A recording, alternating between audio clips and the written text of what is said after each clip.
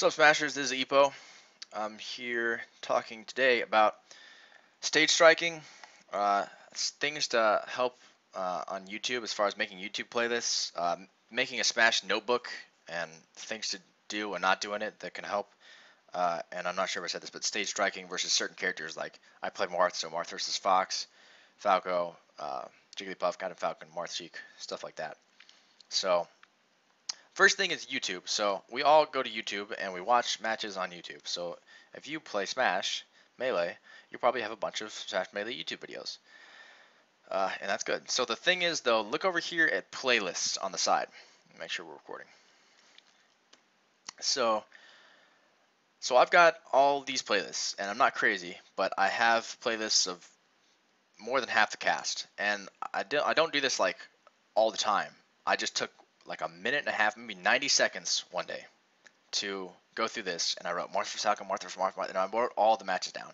And the way you do this is you pause the tanks ad, and you go to add to, and then you click new playlist, and your new playlist will pop up, and then it will be right here, and then you add it to whatever it occurs to. This is not Marth. Oh, it's Marth versus Ices, but I imagine I don't know who wins. Anyways. But I would put that in Marth vs. Ices if I watched that set, and I thought it was a good example of it. So if I watched just a truncing, like a brutal domination, I might throw that in. If I watch a really close set where there's really good things happening, I might throw that in. Maybe the commentators are saying really accurate things about the matchup. I'd write that in there too. So those are reasons I would put it in the playlist. But anyways, it took me a couple seconds, couple minutes to make these playlists. And now, let's say Genesis is coming up. I'm sure there will be VG Bootcamp will blast out a bunch of matches from Genesis looking just like this. Then I'll be like, all right, I'll play Fox, and I play, and I want to put this in my Fox versus Luigi playlist on the side, and you can do that, and then you'll have that always to look at, and you can use this when I've done this. I've played against like the only one I can think of is I was playing against the Ice Climbers, where I thought I might. I didn't end up playing them, but I might have played them, and so I looked up my Marth versus Ices playlist. And I'm pretty sure I watched PPMD versus Nintendo Civil War 6, and I don't think it helped me at all. But no, I don't want to say that. Just discredit myself. I think it did help me. It showed me how to use down tilt and certain things to do against the Ice Climbers right before a match I might have played. So certainly, if you're going to play like a low tier or a character you're not used to playing against, and you got your phone and you've got Wi-Fi or you got that data, just whip it out, watch the video, and then that's going to help you so much. I guarantee you it'll help you. Definitely will. So you can try that out. So I'd have these playlists on the side of your computer. It'll definitely help. The other thing to have is if you have recorded sets that are on the YouTube. This is my playlist called Ippo Sets. My name's Ippo. These are my sets.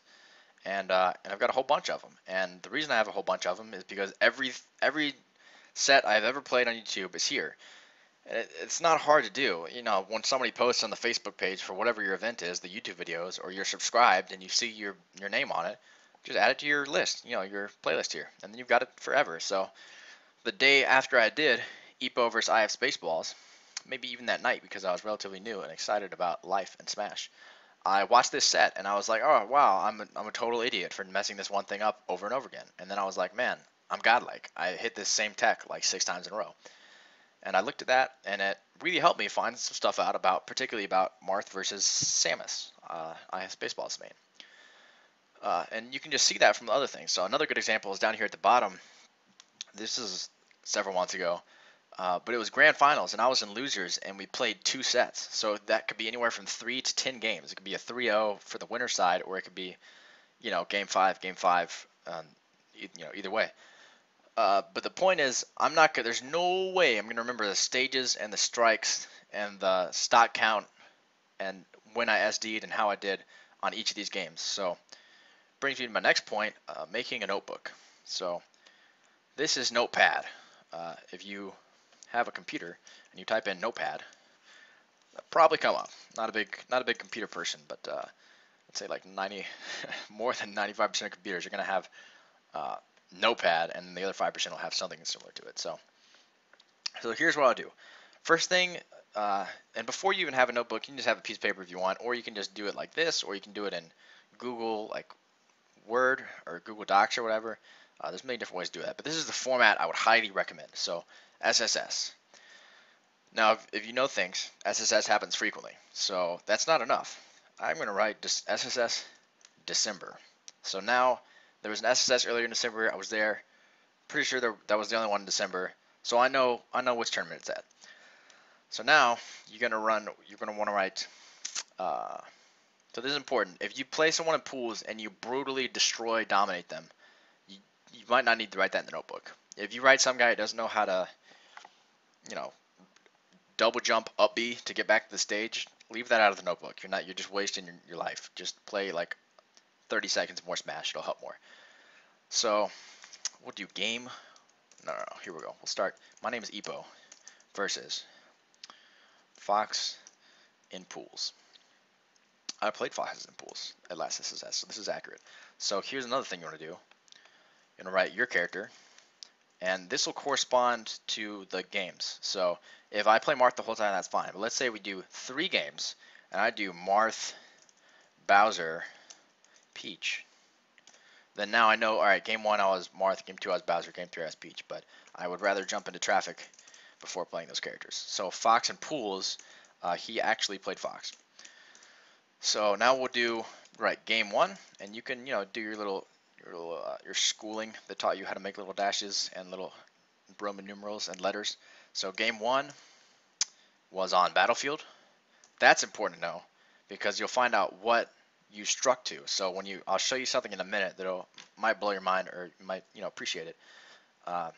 It's important to know what stage you strike to. So game 1 Battlefield, win. So you can write win or loss. Shortest ways to write that.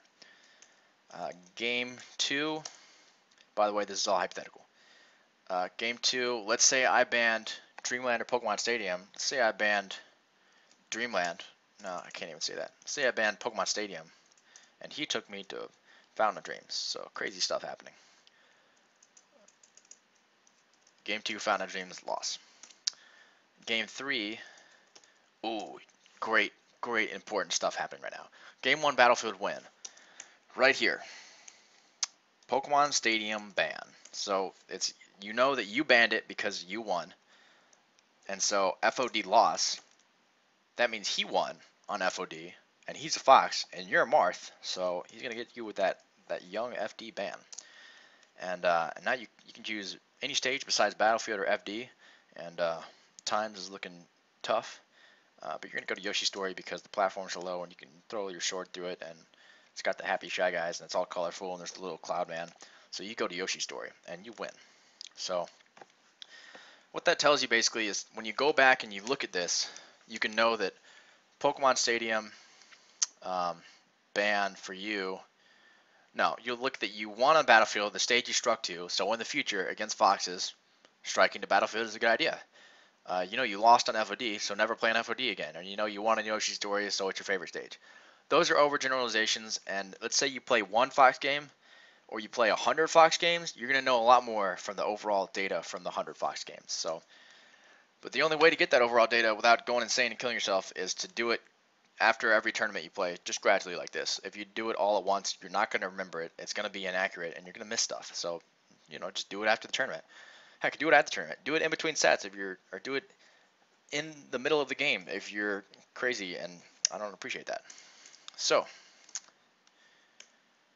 last thing I'd write is you can write this in between games, like game 1, game 2, game 3, in between it. You can write this, or you can just write it at the end.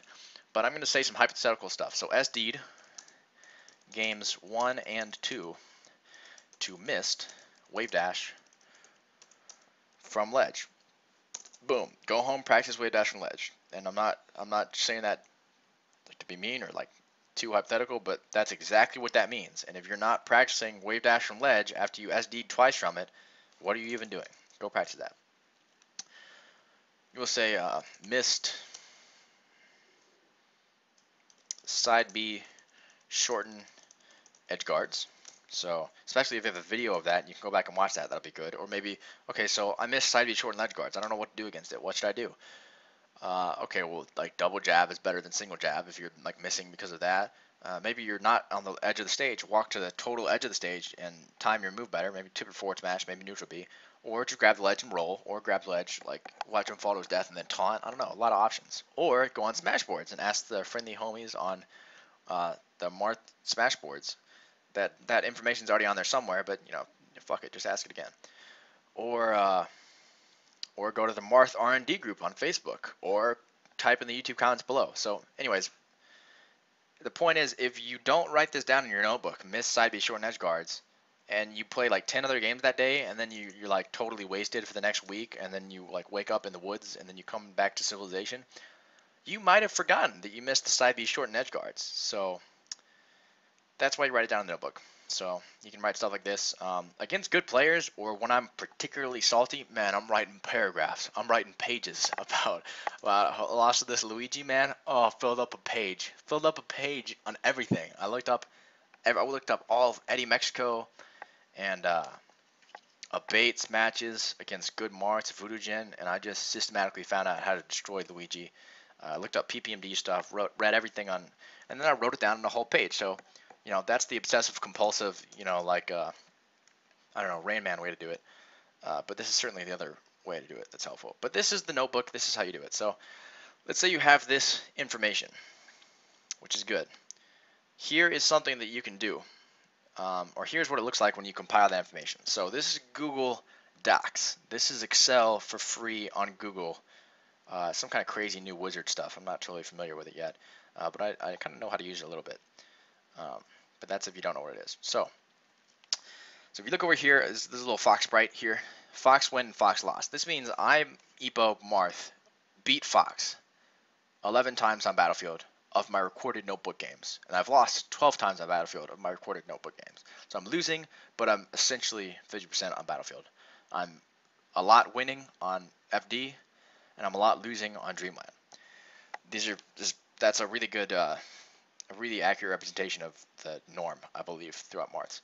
But if you were to draw a conclusion that on Dreamland you should always ban Dreamland, or you're bad on Dreamland against Fox forever because you're 1-4, that's not enough data. That's a bad idea. You might actually be good on Dreamland. Or I've got a good example. I'm 0-4 against Puff on FD, but 2 of those were against Soft, and I remember doing exceptionally well. And the other 2 were against Iori, who plays a bunch of different characters, but considerably better than me at that time. So that doesn't necessarily mean that I'm bad against Puff on FD forever. I think I just had steep competition. And then like down here, I've got a lot of wins on. I've got a lot of losses on Yoshi Story. So look, I'm 3-8 on Yoshi Story, and I'm 1-4 on Yoshi Story against the Space Animals. Traditionally, people would say Mart's good on Yoshi's because the sword tippers through the platforms, and you've got the cool platform combos, and yeah, I feel like that's kind of the outdated way of thinking about it. There's like more to it now, but those things would kind of lean you towards, all right, Yoshi Story is good. And a lot of Space Animals ban Yoshi Story against Marts automatically, which I think is a terrible idea. You need to have something like this, or have your notebook and say, well, how do I really do on Yoshi Story? Am I really just banning a stage forever because people said to ban it? Because if you are, that's not a great idea.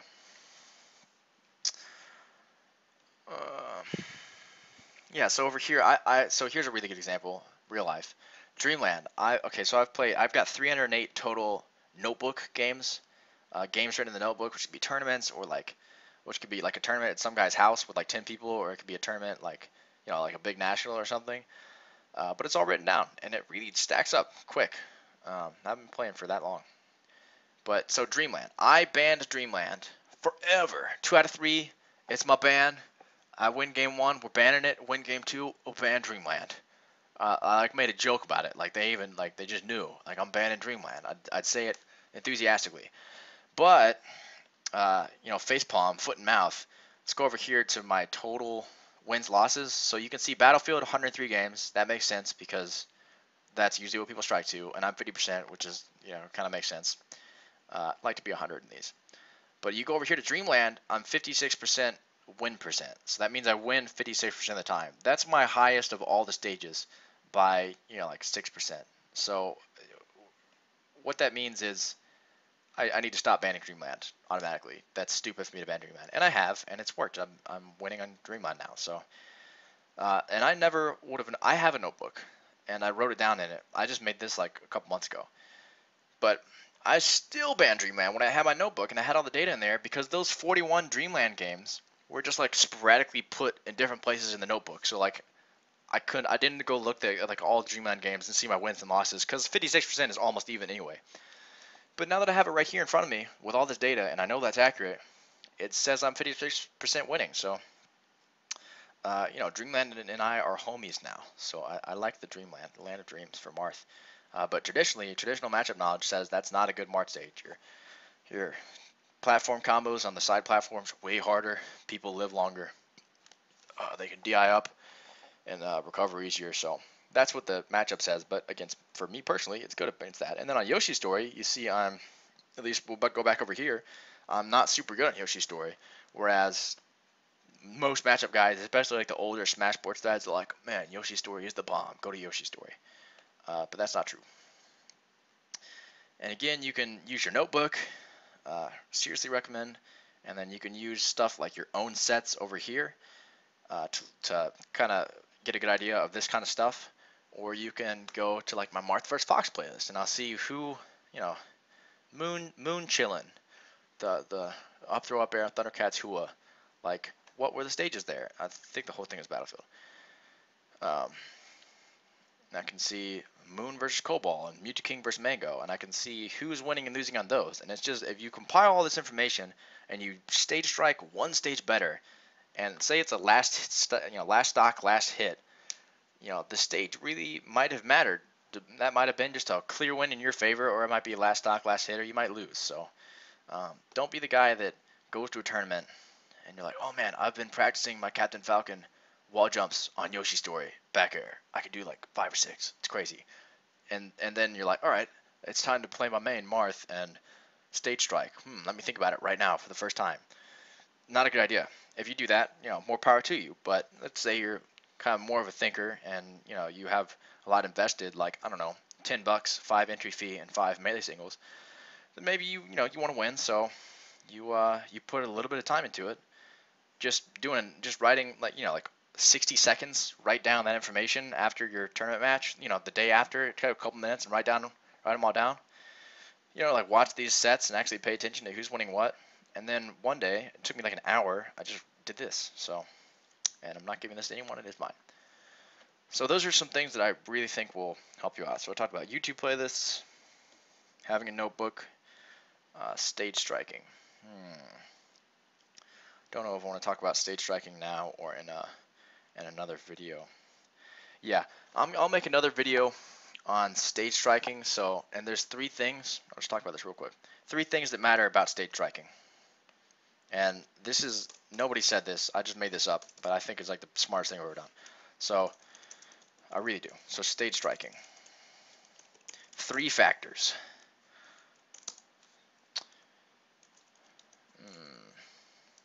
Personal stage history, and I'll talk about these in a sec.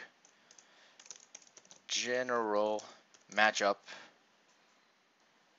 we'll say advice, and player history. So what does this mean?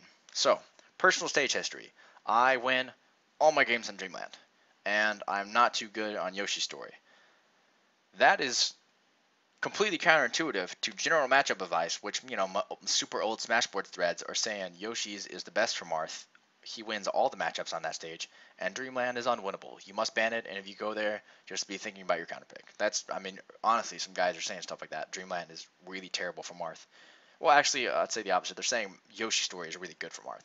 And then player history.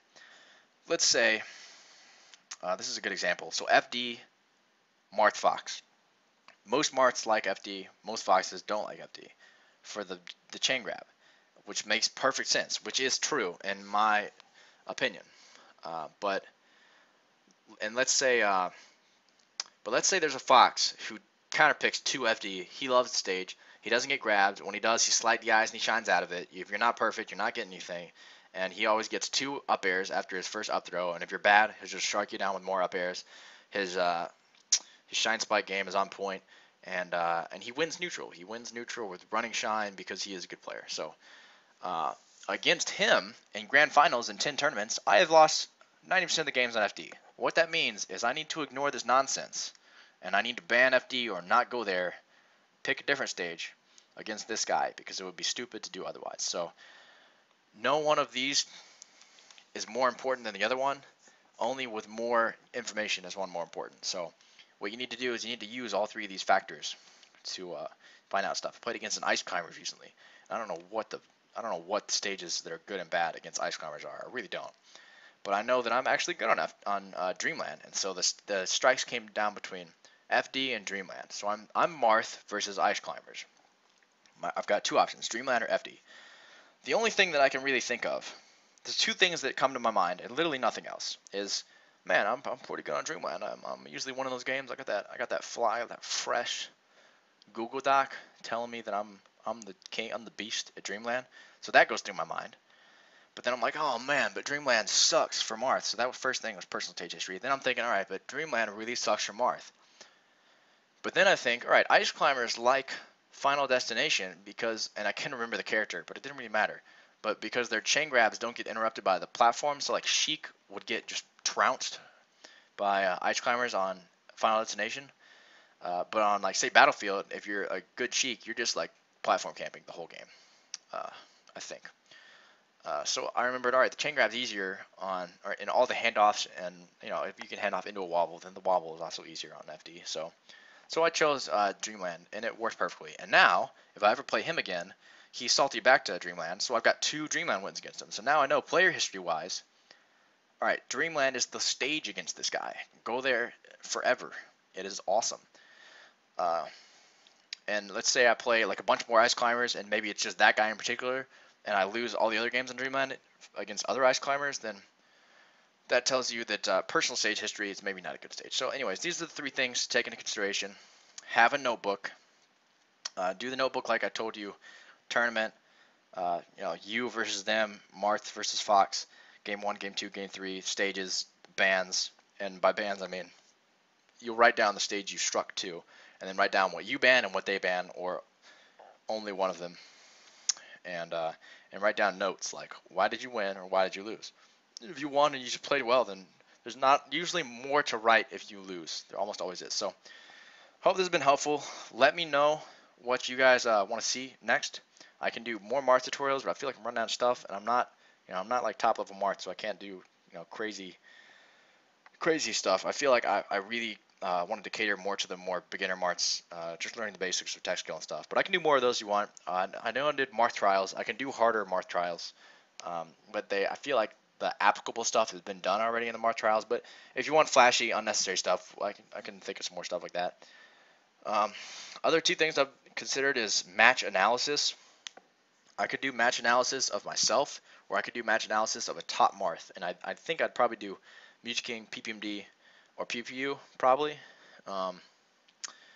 But if I do them, it's going to be a great example of like good punishes and stuff, but I have no idea what's going through their head and what options they're actually trying to cover and whatnot. I really don't. I can try my best to look at it and probably have a better idea than most people, but myself, I know exactly what I'm doing. I know exactly what I'm going for. I know exactly when I drop things, and that's why when you watch like the Mango self match analysis or whatever you want to call it, I'm pretty sure Mango, Leffen has done one. Somebody else did one.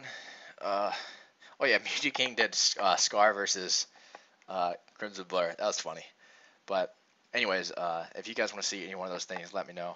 And I hope this has been helpful. You really should, if you care, and if you're paying money, I think you should be caring. Write down how you do in your matches, and I guarantee you learn something. So good luck, guys, and good luck, Marth Nation.